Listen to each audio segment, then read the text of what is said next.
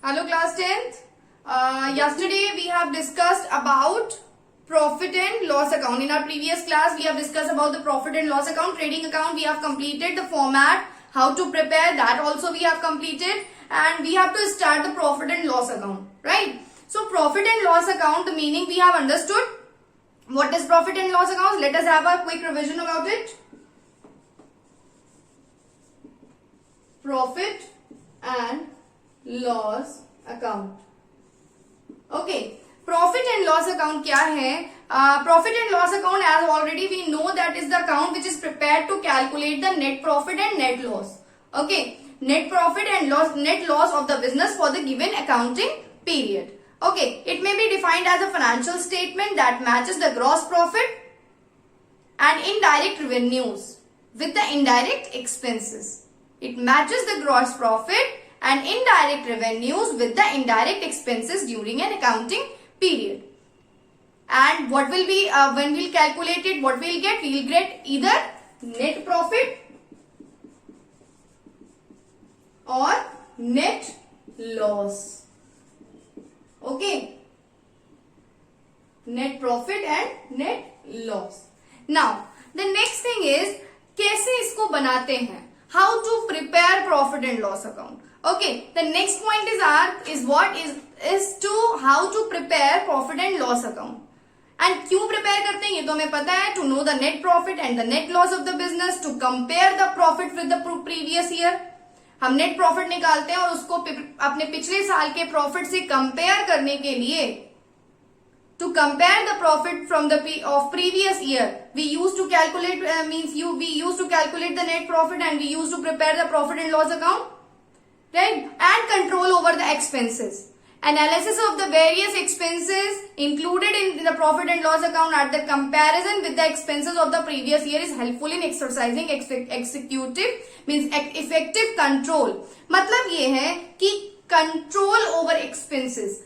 जब हमें ये पता चलता है कि हमारे बिजनेस में हमारे कितने एक्सपेंसेस हो रहे हैं करंट में और कितना हमने प्रीवियस में किया था, प्रीवियस में करने से हमें क्या प्रॉफिट आया था, करंट में करने से हमें क्या प्रॉफिट हो रहा है या कम हो रहा है कि ज्यादा हो रहा है, ठीक है.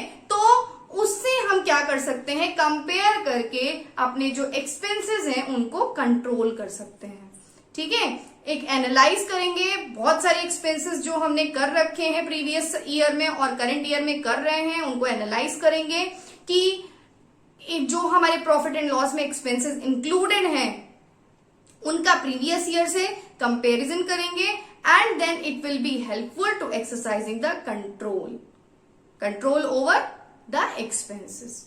Okay, now the format of profit and loss account and how to prepare profit and loss account. ठीक है, प्रॉफिट एंड लॉस अकाउंट को हम कैसे बनाते हैं, right? So how to prepare profit and loss account.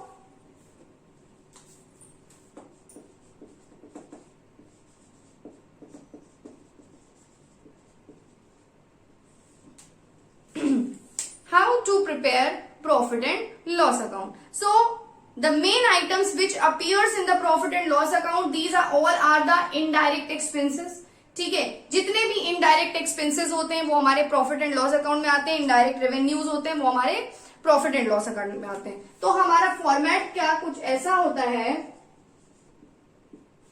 Profit and loss account ऐसे लिखेंगे for the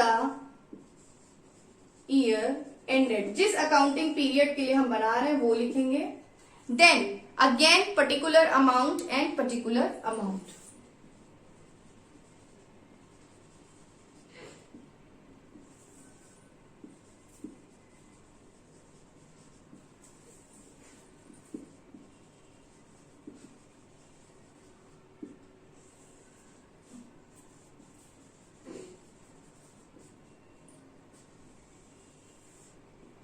Okay, in this way, this will be debit side, all expenses we'll write, and here credit side, all the incomes, the indirect incomes.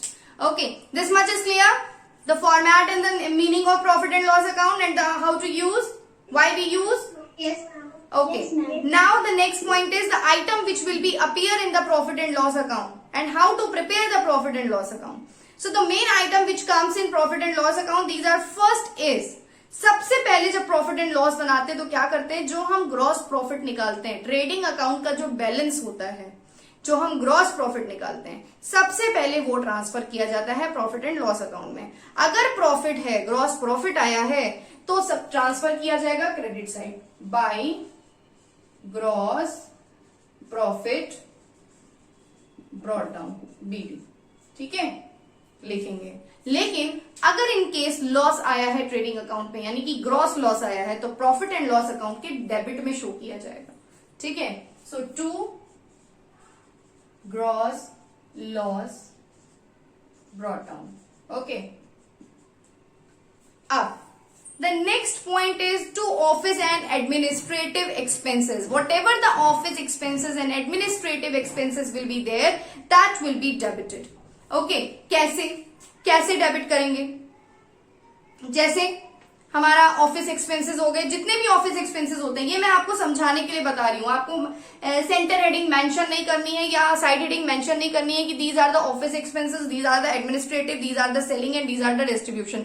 Simply you have to write down the all the expenses. Okay, so office and administrative expenses, these are the expenses are incurred on day to day administration of the business. जैसे office rent हो गया, office lighting हो गई, office business हो गया। ठीक है, yes Ahad, ma'am I am so sorry. Alright, no problem. So lighting हो गया, ऑफिस की लाइट हो गया, ऑफिस की प्रिंटिंग हो गया, ऑडिट फीस हो गई, लीगल एक्सपेंसेस हो गए, टेलीफोन चार्जेस, ये क्या है? ये डे टू डे ऑफिस के बिजनेस के एक्सपेंसेस हैं। Taxes, general expenses, depreciation on fixed assets, these all are office and administrative expenses. Rent हो गया, टैक्स हो गया, प्रिंटिंग एंड स्टेशनरी हो गया, टेलीफोन चार्जेस हो गए, लीगल चार्जेस हो गए, ऑडिट फीस हो गई, ऑफिस कन्वेंस हो गया, चैरिटी हो गई, स्टेब्लिशमेंट एक्सपेंसेस हो गए। ये सारे एक्सपेंसेस आपके किसमें आते हैं? Office expenses and you can say administrative expenses. Okay, so first whatever we will write to office expenses, we will write, जितने भी होंगे सब लिखते चले जाएंगे। उसके बाद हमारा आता है selling and distribution expenses. These expenses are incurred for promoting sale. Sale को प्रमोट करने के लिए क्या करते हैं? एडवर्टाइजिंग करते हैं। ठीक है, फ्री सैंपल्स देते हैं। गोडाउन हो गया, गोडाउन में सामान को स्टोर करके रखते हैं, स्टोरेज एक्सपेंसेस हो गए, सामान को इधर से उधर पहुंचाना, कैरेज आउटवर्ड गोडाउन तक पहुंचाना, कैरेज आउटवर्ड हो गया, पैकिंग हो गया, फॉरवर्डिंग एक्सपेंसेस हो गए, प्रोविजन फॉर बैड डेट्स हो गया। बैड डेट्स क्या होते हैं? ऑलरेडी वी नो, और bad debts you people are knowing what is bad debts? Bad debts पता है? Yes ma'am. Okay, everybody is knowing? चलो बता देते हैं। बैड डेट्स क्या होता है बेटा? When we are not able to recover the amount which we have paid to someone. जैसे आपने मुझे कुछ पैसा उधार दिया और मैंने आपसे कहा कि मैं आपको 2 महीने बाद वापस कर दूंगी। ठीक है, अब आप 2 महीने बाद एक्सपेक्ट कर रहे हो मुझसे कि मैं आपको पैसा लाके दूंगी, लेकिन मैंने कहा मैं भैया 2-3 महीने और लगेंगे। चलो ठीक है, 2-3 महीने और लगेंगे। ठीक है, 2-3 महीने बाद फिर एक्सपेक्ट कर रहे हैं कि 2-3 महीने बाद हमें फिर पैसा मिल जाएगा, लेकिन फिर वही होता है, अब सामने वाले ने हमने कह दिया भैया हम पैसा नहीं दे पाएंगे आपको, तो वो पैसा क्या हुआ? आपका वेस्ट हो गया, वो पैसा डूब गया, अब नहीं मिलने वाला। तो the amount which is not recovered by the debtors, by the creditor from its debtors is called bad debts. Clear? The amount which cannot be recovered from the debtors by their creditors, that is called bad debts. ठीक है, तो वो चीजें जो है वो सब भी आपकी जो बैड एंड डाउटफुल डेट्स होते हैं, वो सारे जितने भी एक्सपेंसेस होते हैं वो सब किस में आते हैं? आपके प्रॉफिट एंड लॉस अकाउंट में आते हैं, सेलिंग एंड डिस्ट्रीब्यूशन एक्सपेंसेस के अंदर। सो यहां पे आ जाएगा टू सेलिंग एंड डिस्ट्रीब्यूशन। ठीक है, to selling and distribution. Okay, now the financial expenses, whatever the financial expenses are there, like discount हो गया, इंटरेस्ट दे दिया लोन पे, या इंटरेस्ट दे दिया डिबेंचर्स पे, या बिल को डिस्काउंट करा लिया, तो ये सारे एक्सपेंसेस किसके अंदर आते हैं? Financial expenses. कुल मान के ये चलिए जितने ऑफिस रिलेटेड एक्सपेंसेस हैं जो कि हमारे डायरेक्ट नहीं नेचर के नहीं है, इनडायरेक्ट नेचर के हैं, वो सारे किस में आएंगे?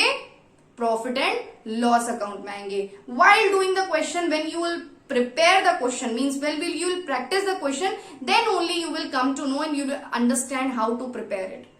This is only the theoretical knowledge। जब आप क्वेश्चंस को देखो तो आपको ये पता हो कि हाँ ये हमारा पीएल में जाना है, ये हमारा ट्रेडिंग में जाना है, ठीक है। तो जितने भी एक्सपेंसेस हमारे फाइनेंशियल एक्सपेंसेस हो गए, जैसे बिल डिस्काउंटिंग हो गया, इंटरेस्ट ऑन डिबेंचर हो गया, लॉस इन एक्सचेंज हो गया, डिस्काउंट हो गया, इंटरेस्ट ऑन लोन हो गया, ये सारे किस में आएंगे? हमारे फाइनेंशियल एक्सपेंसेस में आएंगे।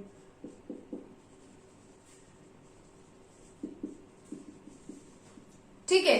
अब उसके बाद जितने हमारे और एक्स्ट्रा कुछ एक्सपेंसेस होते हैं, जैसे गुड्स लॉस हो गया, या लॉस बाय फायर हो गया, या loss on sale of assets हो गया, जो एसेट्स हमने बेची उस पर कोई लॉस हो गया हो, या एबनॉर्मल लॉस हो गया हो, गुड्स को भेजा, गुड्स ट्रांजिट में कुछ लॉस हो गया, तो वो सारे लॉसेस या जितने भी एक्सपेंसेस होते हैं जो एक्स्ट्रा एक्सपेंसेस होते हैं, जिन्हें हम बोलते हैं टू एक्स्ट्रा ऑर्डिनरी, वो हमारे किधर आएंगे? ट्रेडिंग के पीएल के डेबिट में आएंगे।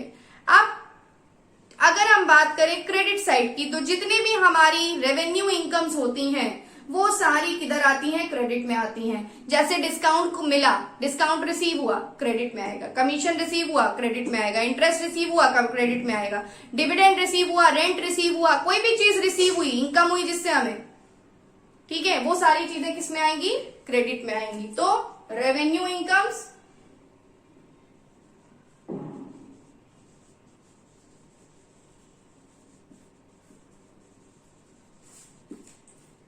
बाय रेवेन्यू इनकम्स, और आपके जो भी एबनॉर्मल गेन्स हैं बाय एबनॉर्मल गेन्स, मतलब जो आपके बिजनेस ऑपरेशन से रिलेटेड नहीं होते हैं, जैसे कि आपको कहीं से कोई पैसा मिल गया या कोई प्रॉपर्टी मिल गई, ठीक है, तो वो गेन, उस पे जो गेन होता है वो हमारा एबनॉर्मल गेन, जो हमारे नॉर्मल कोर्स ऑफ बिजनेस से रिलेटेड नहीं होता है, जिसे हम कहते हैं नॉन ऑपरेटिंग एक्सपेंसेस। मतलब जो बिजनेस किया हमने उससे रिलेट, जो बिजनेस है उससे रिलेट नहीं रखता वो बिजनेस, वो इनकम या वो एक्सपेंसेस, वो नहीं लिखे, वो इसमें लिखे जाते हैं, ठीक है। जैसे हमने कोई एसेट्स जो है हमने बेच दी, ठीक है, तो उस पे जो हमें प्रॉफिट हुआ वो हमारा एबनॉर्मल गेन है, वो हमारे बिजनेस ऑपरेशन से रिलेटेड नहीं है, ठीक है। मान लो हमने कोई इन्वेस्टमेंट किया है, इन्वेस्टमेंट सेल कर दिया, ठीक है, तो वो हमारा क्या हुआ? जो इन्वेस्टमेंट हमने सेल कर दिया है वो हमारा क्या हुआ? वो हमारा एबनॉर्मल गेन हुआ, ठीक है। So everyone, first what you have to do, ये चीज समझ में आ गई आप लोगों को कि ये सारी चीजें लिखी, इनकम्स इधर लिखी जाती हैं, एक्सपेंसेस इधर लिखे जाते हैं, डायरेक्ट एक्सपेंसेस, इनडायरेक्ट एक्सपेंसेस और डेबिट साइड, इनडायरेक्ट इनकम्स और रेवेन्यूज आपके क्रेडिट साइड। अब इसका भी टोटल सेम एज जैसे हम उसमें करते हैं वैसे ही किया जाता है, जैसे ट्रेडिंग अकाउंट में हमने किया था। कैसे ट्रेडिंग अकाउंट में हमने किया था? सबसे पहले हम टोटल करते हैं इधर का, क्योंकि इधर इनकम है, हमने टोटल किया, हमारा टोटल आया सपोज 50,000, ठीक है, एक अजम्पशन ले रही हूँ, इधर का 50,000 आया, इधर का 20,000 आया, इसका मतलब हमारा नेट प्रॉफिट हो रहा है, तो वो हमारा क्या आएगा? नेट प्रॉफिट आएगा। तो हमने 50,000 दोनों तरफ लिख दिया, फिर 50,000 में से इधर का 10,000 आ रहा था उसको माइनस कर दिया, आया हमारा 40,000, वो हमारा क्या हो गया? नेट प्रॉफिट हो गया। तो यहां लिखेंगे to net profit transferred to capital account. मतलब ये जो नेट प्रॉफिट होता है ये हमारा बैलेंस शीट में जाता है और कैपिटल में ऐड हो जाता है।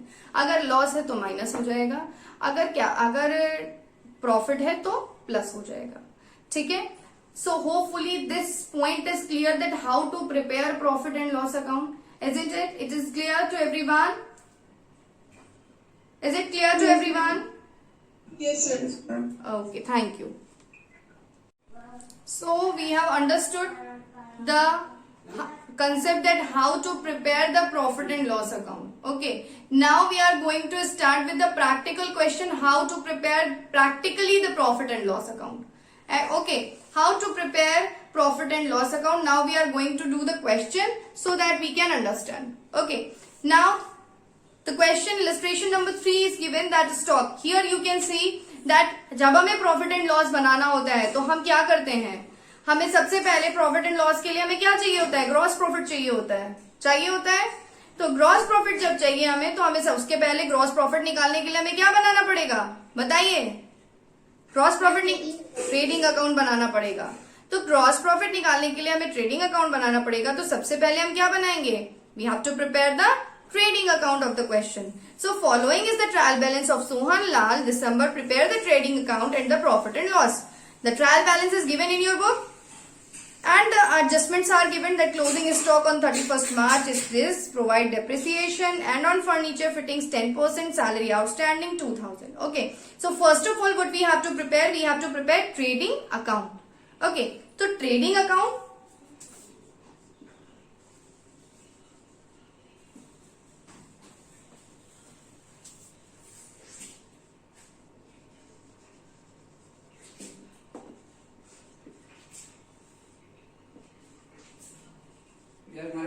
particular amount,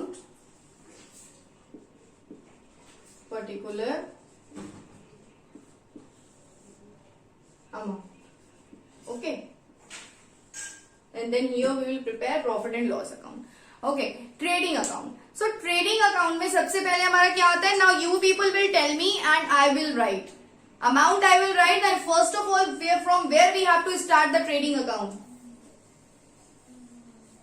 Come on, Noor Ufza. First what we have to write? Opening stock. Very good. Opening stock. So we have to write first the opening stock, and the opening stock is given 20,000. So to opening stock.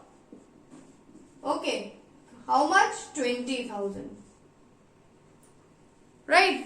Now next one. Heather, tell me. Muskan, Abhishek, Shivansh.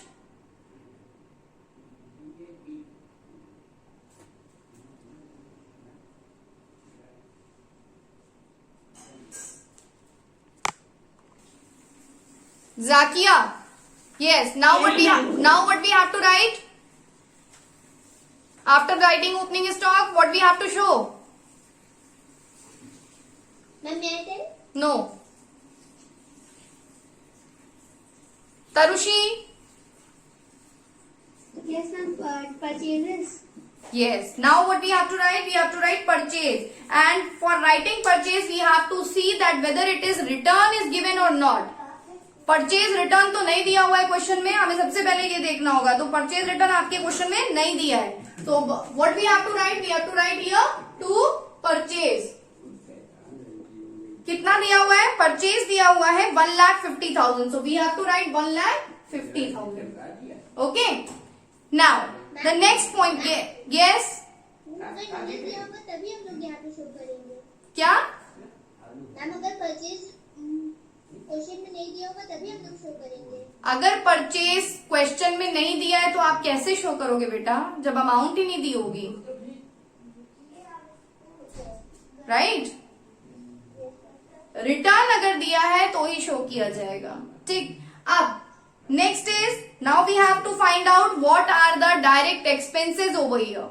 So cash in hand, it's an assets, cash at bank assets, machinery assets, furniture assets, purchase is already written. Wages is an our indirect expense, direct expenses. So to wages, and what amount of wages is given? It is given 30,000. Next, fuel and power, that we have to write to fuel and power. The amount is given 30,000. Sorry, wages amount is 1 lakh and 30,000 fuel and power is given. Chalo. Next, factory lighting. Already I told you that whatever the amount related to factory or manufacturing and production, that will be coming in trading account. So, to factory light is given. Factory light 2,000. Okay. Next, office salary will be gone in profit and loss account. Discount allowed, profit and loss. Discount received, profit and loss. Office expenses, profit and loss. Advertisement, profit and loss. Sales. Now sales we have to write by sales. Yes, good. By sales. By sales amount is 5 lakh. Return is not given. And then we have to see the closing stock. Closing stock is given outside the trial balance. So we have to show in trading account. So closing stock is 27,000. So by closing stock. कितना दिया हुआ है? 27,000. Next, debtors is given and creditors is given. See, nothing is left in trading account. So now what we have to do? We have to take out the balance. As we can see, the credit side balance is more than debit side. So we have to write here 5,27,000. 5,27,000. Then total of debit side. और total of debit side करने के बाद हम क्या करेंगे? उसमें से उसको माइनस कर देंगे. और जब माइनस करेंगे then we'll gate 2,25,000. 2,25,000. And then we will get to balance CD. To gross profit CD beta. To gross profit transferred to profit and loss account. Okay. To gross profit. This is a gross profit. So to gross profit transferred to profit and loss account. Okay. इसको थोड़ा और नीचे कर देंगे. 5,27,000.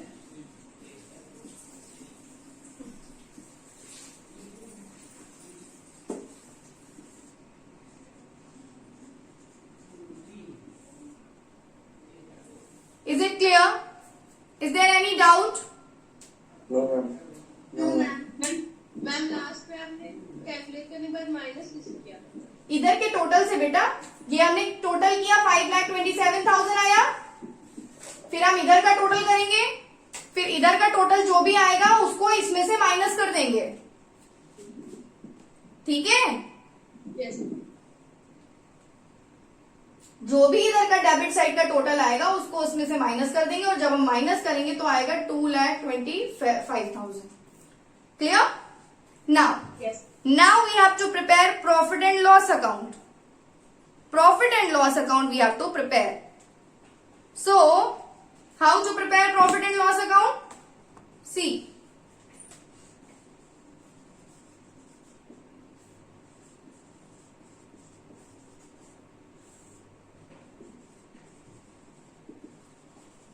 Particular, again amount, then again particular and amount.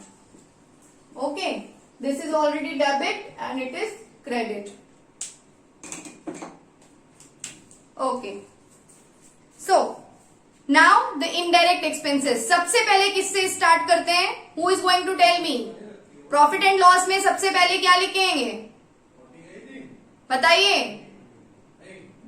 अभी बताया था मैंने. यस, हमारा ग्रॉस प्रॉफिट कितना आया है? 2,25,000. यहाँ पे 2,25,000. अब ये हम कहाँ ट्रांसफर करेंगे? ये हम ट्रांसफर करेंगे प्रॉफिट एंड लॉस में, क्योंकि ये प्रॉफिट है तो it will be transfer to credit side by gross profit CD. 2,25,000. Okay, 2,25,000. ठीक. अब हम अपने इनडायरेक्ट एक्सपेंसेस की तरफ चलते हैं. तो फिर से शुरू से देखेंगे. कैपिटल नो, बैलेंस शीट में जाएगा. Cash in hand, cash at bank, machinery, furniture and fittings, purchase, wages, fuels, factory lighting, no. Office salary, right? Office salary we have to write because it is an indirect expenses. So by to office salary.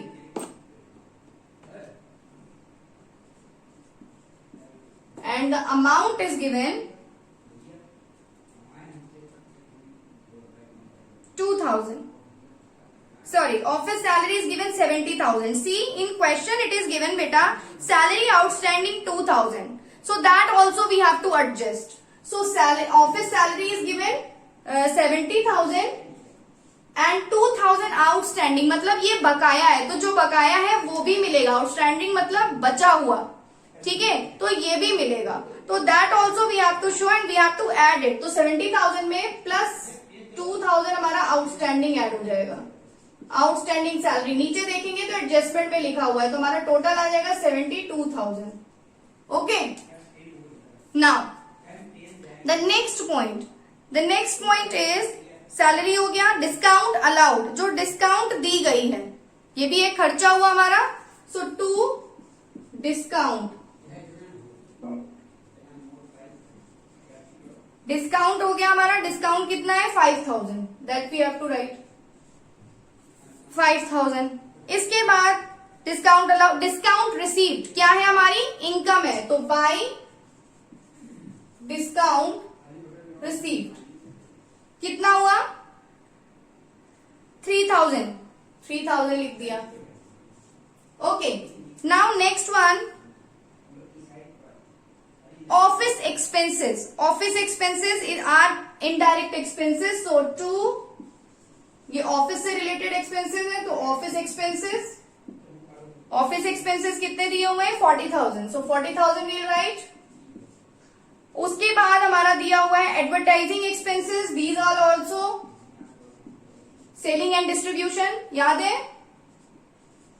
Yes, ma'am. Advertisement, how much it is given?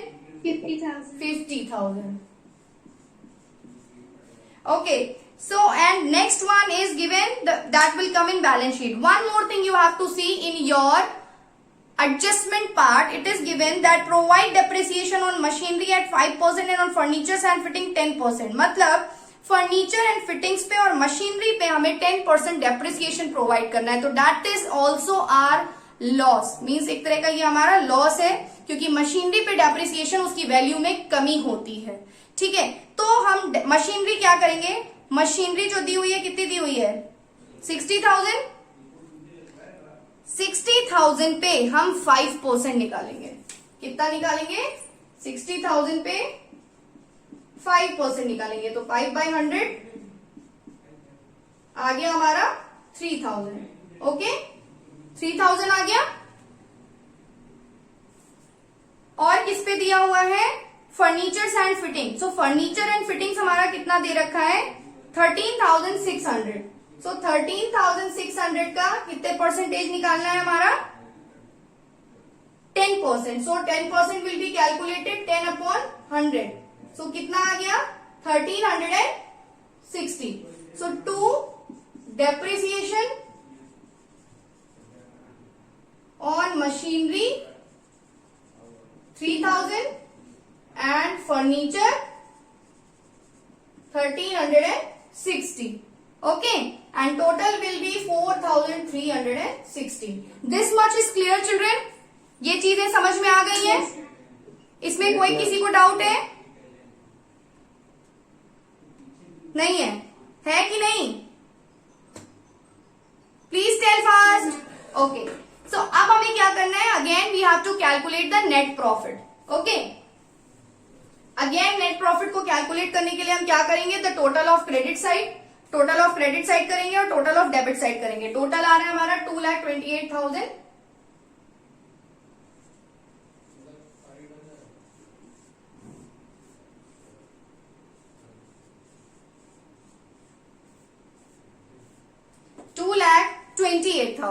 फिर हम उसके अब debit side के total को minus करेंगे और debit side के total को माइनस करने के बाद हम लोग का आएगा 56,640. 56,640। इधर के डेबिट को हमने माइनस किया इधर के क्रेडिट से और हमारा आ गया नेट प्रॉफिट। यहां लिखेंगे to net profit, to net profit transfer to capital account.